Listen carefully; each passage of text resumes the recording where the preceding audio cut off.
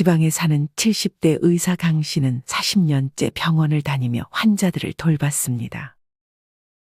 강 씨는 이전부터 약을 처방을 해주는 것보다도 환자들이 아프거나 다쳐서 병원에 오는 것을 미리 예방하는 것이 더 중요하다는 것을 절실히 깨달았습니다. 그리고 이는 대부분 잘못된 습관에서 나온다고 생각해 환자들이 오면 그런 습관들에 대해서 여러 번 강조했습니다. 강 씨는 환자를 진료하다 주로 오전 중에 사고가 많이 발생한다는 사실을 알게 됐습니다. 이날 첫 번째로 온 환자 60대 남성 김 씨도 마찬가지였습니다. 김 씨는 응급실로 실려왔고 의사 강 씨는 급히 조치를 취했습니다. 김 씨가 응급실로 실려온 이유는 다름 아닌 급성심근 경색증이 원인이었습니다. 이후 안정을 취한 환자에게 의사가 다가가 약을 처방해주며 말을 걸었습니다. 혹시 아침에 무리하게 운동하셨어요? 의사의 질문에 김 씨는 그렇다고 답했습니다. 김 씨는 평소에 잠에서 깬 후 바로 운동을 하러 밖을 나섰습니다. 김 씨는 산책이나 걷기는 운동이 아니라고 생각해 60이 넘은 나이에도 격렬한 운동을 계속했습니다. 김 씨는 그 중에서도 등산이나 달리기를 즐겨 했습니다. 의사는 아침에 하는 등산은 많은 분들이 좋다고 알고 있지만 사실은 그렇지 않다고 조언했습니다. 이처럼 아침에 피해야 할 습관 첫 번째는 일어나자마자 아침 운동을 하는 습관입니다. 아침에 일어나자마자 등산과 같은 운동을 무리하게 하게 되면 교감신경을 과도하게 흥분시키고 자율신경 리듬을 파괴하며 중노년의 경우 심근경색 등 심장 관련 질환이 찾아올 확률이 높아진다고 합니다. 아침이나 새벽은 하루 중 기온이 가장 낮은 시간이고 이때 운동을 하는 것은 위험합니다. 이렇게 기온이 낮을 때 운동을 하게 되면 특히나 고혈압이나 당뇨 등의 질환이 있거나 심근경색, 뇌경색, 협심증 등 심장질환을 가지고 있는 사람들에게는 치명적일 수 있습니다. 이 중 급성심근경색증은 오전 8시쯤이 가장 많이 발생하는 시간대라고 합니다. 특히나 겨울에 따뜻한 방에 있다가 갑자기 찬 공기에 노출되면 혈관이 급격하게 수축하며 혈압이 올라가 심장에 부담이 갈 수 있어 주의해야 합니다. 당뇨 환자 역시도 마찬가지입니다. 이 중 공복에 하는 아침 운동은 저혈당의 위험을 증가시킬 수 있습니다. 또한 잠을 막 깬 상태에서는 관절 부위의 유연성이 떨어지면서 쉽게 넘어지거나 혈액순환이 원활하지 않아 관절 통증이 심해질 수 있기 때문에 과격한 운동은 절대 하지 않는 것이 좋습니다. 만약 아침 운동을 할 때 평소와 달리 가슴 부위가 답답하거나 통증, 호흡 곤란과 같은 증세가 느껴진다면 즉시 병원을 찾는 것이 좋습니다. 그렇다면 언제가 운동하기 좋은 시간일까요? 전문가들은 충분히 잠에서 깨고 시간이 흐른 오전 10시나 오히려 저녁이 운동하기 적절한 시간이라고 합니다. 특히나 저녁 운동의 경우에는 부신피지로르몬과 갑상선자극 호르몬의 분비량이 증가하는 것이 밝혀졌고, 이러한 호르몬은 신진대사를 증가시키고 신체의 각성도를 높여 운동의 효율을 더 올려준다고 합니다. 마찬가지로 고혈압이나 당뇨를 가지고 계시다면 새벽보다는 저녁에 운동하는 것이 좋습니다. 흔히 질환자의 경우 야간에 운동하는 것이 더 문제가 되는 거 아니냐며 걱정하지만 오히려 고혈압이나 당뇨가 있는 경우라면 새벽 운동이 해가 될 수 있습니다. 혈압은 일반적으로 아침 잠자리에 막 일어난 뒤가 하루 중 가장 높은데 이때 갑자기 새벽 운동이나 아침 운동을 하게 되면 뇌와 심장에 과부하가 걸려 위험할 수 있으니 주의해야 합니다. 실제 어느 한 조사에 의하면 오전 중에 심장마비에 걸릴 위험이 오후보다 2배 이상 높은 것으로 나타나기도 했습니다. 당뇨 환자의 경우도 앞서도 언급했듯 새벽 공복 상태에서의 운동은 저혈당의 위험이 있고 대부분 아침보다 저녁을 많이 먹게 되기 때문에 저녁 식사 후 운동을 하는 것이 혈당을 효과적으로 떨어뜨릴 수 있는 방법입니다. 의사 강 씨는 이 모든 사실을 환자 김 씨에게 천천히 설명해 줬습니다. 그렇게 의사의 설명이 끝나기가 무섭게 두 번째 환자가 병원을 찾았습니다. 시간은 아직 오전 9시였습니다. 병원의 정형외과 의사가 환자를 맞이했습니다. 환자의 상태를 보니 뒷머리가 눌려 있고 눈이 아직 부은 상태인 것을 보니 잠에서 깬 지 얼마 되지 않은 듯 싶었습니다. 환자는 고관절을 부여잡고 고통을 호소했습니다. 정형외과 의사는 급하게 수술을 마치고 환자를 입원시켰습니다. 다음 날 정형외과 의사는 고관절을 다친 이유를 환자에게 물었습니다. 환자는 일어나자마자 급하게 화장실을 가다가 어지러움을 느꼈고 그 상태로 화장실에서 그만 크게 넘어졌다고 답했습니다. 이 환자의 사례처럼 아침에 화장실을 가다가 어지러움을 느끼거나 눈이 캄캄한 증세가 나타나 낙상사고를 당하는 경우가 중년층과 노년층에게 빈번히 발생하고 있습니다. 이처럼 노년의 아침에 피해야 할 습관 두 번째는 눈 뜨자마자 몸을 일으키는 습관입니다. 사실 아침에 잠에서 깨 오후에 정상적인 상태로 돌아오기까지 어느 정도의 시간이 필요하다고 합니다. 잠에서 깬 후 바로 일어나 옷을 입거나 샤워를 하면 몸이 곧바로 적응을 하지 못하는 것입니다. 이때는 혈액순환이 느린 상태이기 때문에 뇌까지 충분하게 산소가 공급되지 않을 수 있으며 이런 이유로 앞서 말씀드린 어지러운 증세나 눈이 캄캄한 증세가 나타나게 되는 것입니다. 또한 노년의 경우에는 아침에 급하게 일어나면 심뇌혈관 질병으로 인해 큰 사고가 발생할 수 있습니다. 사실 아침에 눈을 뜨면 급하게 일어날 필요가 없습니다. 가장 좋은 것은 침대에 누운 상태로 3분에서 5분 정도만 다음과 같은 운동을 하는 것입니다. 먼저 양손바닥을 비벼 열을 내주고 얼굴 마사지를 수차례 진행한 후 관자놀이와 뒤통수 목 마사지를 20회 반복해 줍니다. 그 다음으로 주먹으로 등과 허리를 두드려주고 허벅지와 종아리 바깥 부분을 두드려줍니다. 마지막으로 발바닥을 두드려주거나 비벼주면 족심이 따뜻해지는 걸 느낄 수 있습니다. 이때 허리 등에 갑자기 부담을 주는 무리한 스트레칭은 피해야 합니다. 이보다는 발바닥부터 머리까지 내 손으로 주물러주는 등 가벼운 마사지가 더 좋습니다. 또한 노년의 경우 알람을 굳이 맞추지 않는 것이 좋습니다. 많은 사람들이 알람 소리에 놀라 갑자기 일어나는 경우가 많은데 이렇게 하면 혈압이 급격히 상승하고 어지러움이 느껴질 수 있습니다. 추가로 5분 간격으로 알람을 맞춰놓는 분들이 계신데 이 또한 별로 좋지 못한 습관입니다. 알람을 끄고 다시 잠드는 행동은 만성 피로를 유발하고 아데노신 호르몬이 분비돼 수면 장애를 일으킬 수 있습니다. 그렇게 누운 채로 가볍게 마사지를 해주고 나서 먼저 창문을 여는 것이 좋습니다. 창문을 통해 햇볕이 들어오면 그때부터 생체 시계가 움직이기 시작해 피곤함이 사라지고 멜라토닌 분비가 억제됩니다. 또한 잠에서 깬 후 바로 이불을 개는 습관은 좋지 않을 수 있습니다. 진드기 및 밤새 몸에서 배출한 가스 등이 남아있는 이불을 바로 개면 미생물이 번식하거나 이불 변질을 일으킬 수 있고 저녁에는 인체 내로 흡수될 수 있다고 합니다. 아침에 일어나서는 이불을 몇 번 정도 뒤집어 주는 것이 좋습니다. 이불 안쪽 부분이 위로 오도록 뒤집고 창문을 열어 통풍을 시키고 간단한 세안 이후 다시 잘 개주면 됩니다. 아침에 일어나서 바로 하지 말아야 할 것 중 하나가 화장실을 급하게 가는 것입니다. 아침에 소변이 급하더라도 잠에서 깬 후 곧바로 소변을 보는 것이 안 좋을 수 있습니다.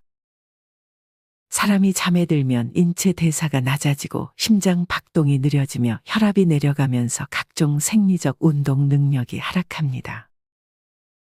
이런 이유로 아침에 일어나자마자 곧장 화장실에 가서 소변을 보게 된다면 저혈압 및 일시적 뇌 혈액순환 방해, 배뇨성 실신까지 유발할 수 있습니다.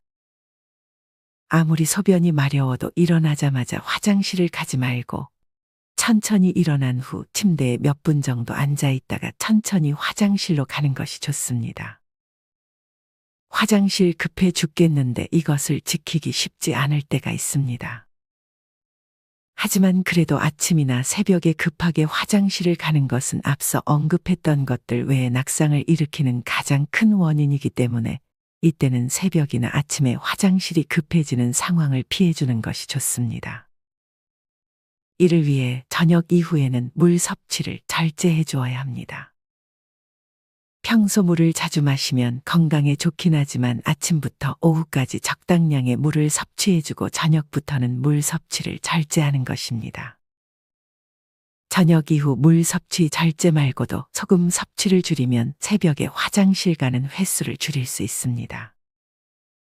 어느 한 교수팀이 소금 섭취를 하루 2.7g 줄이면 야간 요해 횟수가 40% 감소할 뿐 아니라 삶의 질도 개선된다는 사실을 발표했습니다.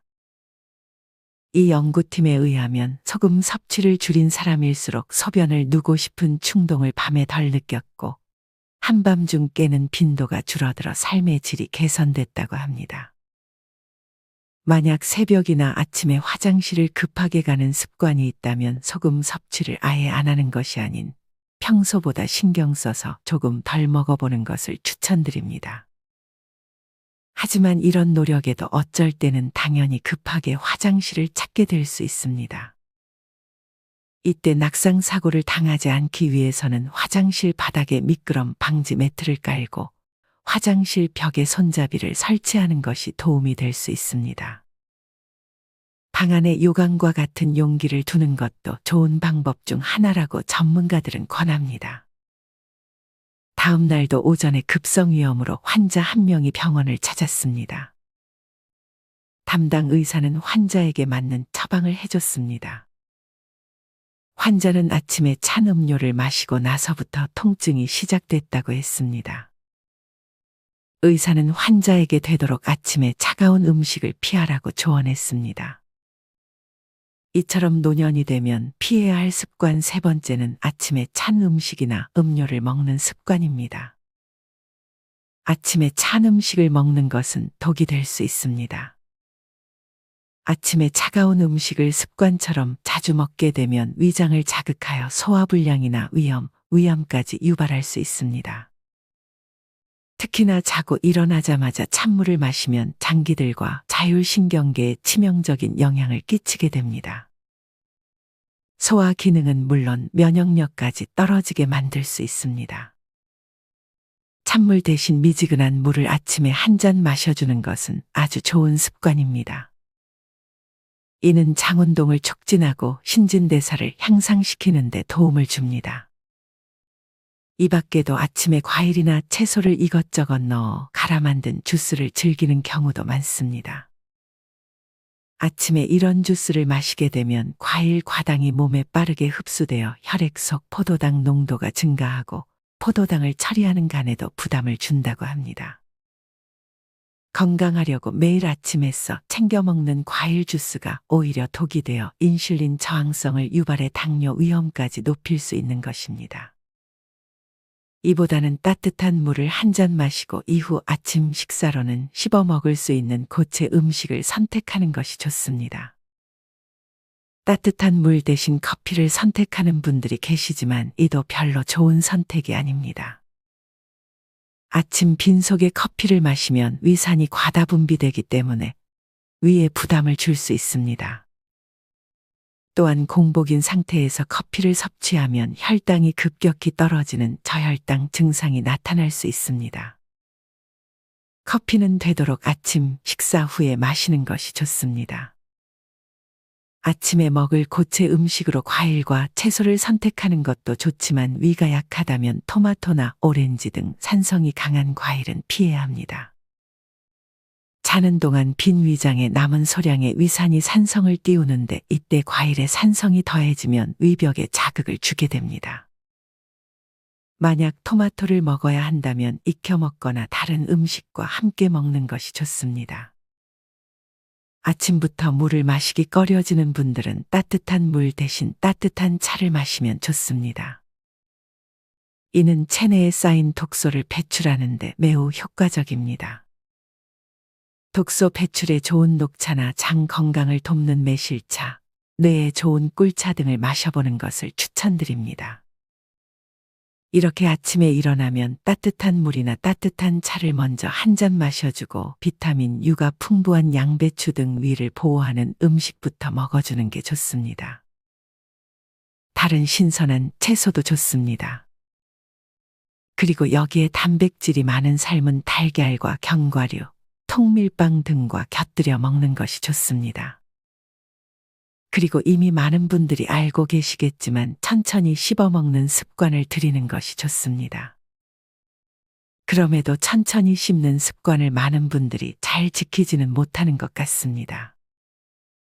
매 식사마다 천천히 씹자는 의식을 해서 습관으로 만들어야 합니다. 천천히 씹어 먹어야 포만감도 오래 지속되고 혈당도 천천히 올라갈 뿐 아니라 이렇게 아침에 씹어 먹는 식사를 하게 되면 씹는 행위만으로도 뇌로 가는 혈류량과 산소량이 늘어나 뇌 기능 활성화에 도움이 됩니다. 우리는 자고 있는 동안에 피부에서 수분이 날아갑니다. 그리고 대부분 일어나자마자 소변으로 또 한 번 수분을 배출합니다. 체내의 수분량이 부족하게 되면 혈액이 끈끈해져 혈압이 올라가게 됩니다. 게다가 전날 저녁을 먹고 야식을 먹지 않는다면 오랜 단식으로 혈당이 낮은 상태가 됩니다. 이때 기상 후 아침마저 거른다면 혈당이 낮은 상태가 지속됩니다. 이런 상태를 피하기 위해 수분 섭취를 포함한 아침 식사로 우리의 몸을 정상화시켜야 합니다. 아침을 빠르게 먹을수록 몸도 빠르게 신진대사를 시작해 점점 회복하게 되는 것입니다. 이는 이미 많은 연구로 증명이 됐습니다. 미국 국립의학도서관에서도 아침을 최소 9시 전에 먹어야 신진대사가 잘 일어나고 대사질환에 걸릴 가능성이 감소한다고 발표했습니다.